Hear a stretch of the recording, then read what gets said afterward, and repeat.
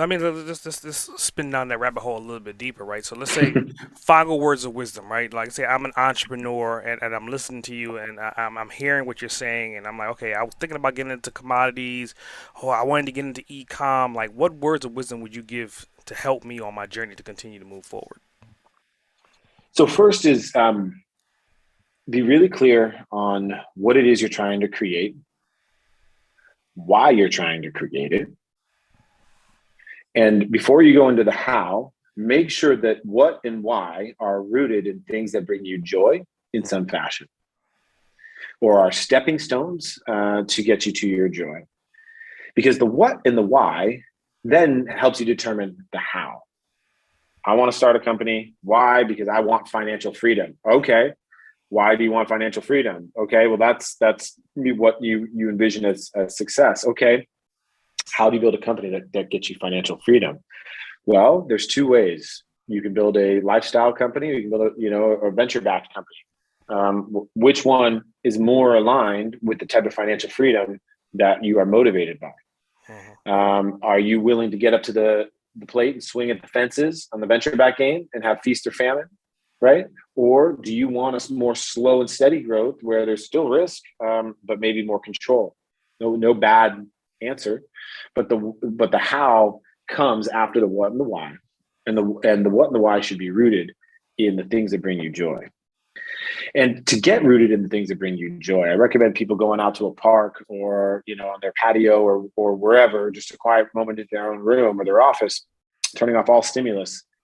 And if they're a meditator, drop into meditation. If they just need a quiet moment, that's fine. Put on some relaxing music, whatever. Get back to your child's mind and like close your eyes for a second and visualize when you were a kid, a moment that made you just absolutely smile from ear to ear. And really drop into that memory and think about that and like really try to relive it. What were the smells? What were the tastes? And when you do that, you start to get reconnected to your joy that we all had when we were kids that we lose as we get older. And what I recommend you doing, you start with that memory and you write that memory down, and then you write any other memories or any other things that give you that feeling. And in the beginning, it's going to be hard because we're so removed from that as adults from those things.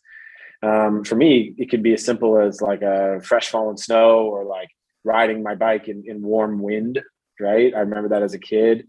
To being in Italy, to speaking Italian, to speaking Italian to old little Italian, grandparents is like, wow, gave you so much joy, right? And making what I call a list of joy, an annual thing that is rooted in things that make you smile from the inside out.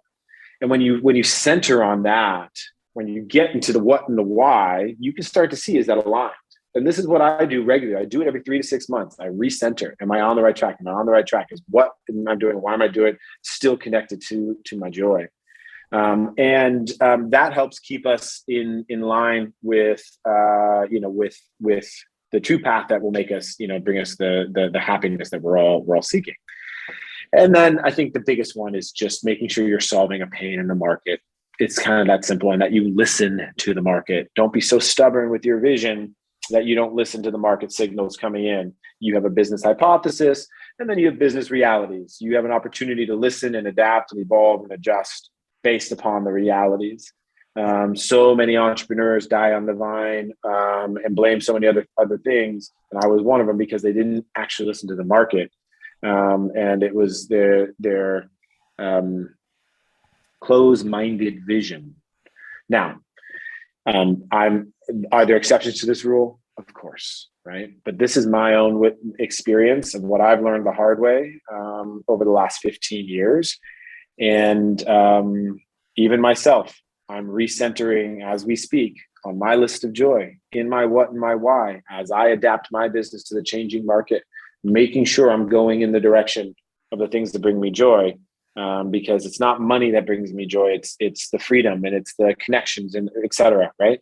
And so as I look to my own horizon and just over the horizon, I want to make sure, and I want the entrepreneurs that are listening to this to make sure that they're chasing a dream that is actually theirs Mhm. and is actually rooted in the things that bring them joy. Not what TechCrunch says, not what Entrepreneur and Inc. magazine say, not what the media says, not what we've been told our entire life or what our parents think, but that actually makes them smile from the inside out.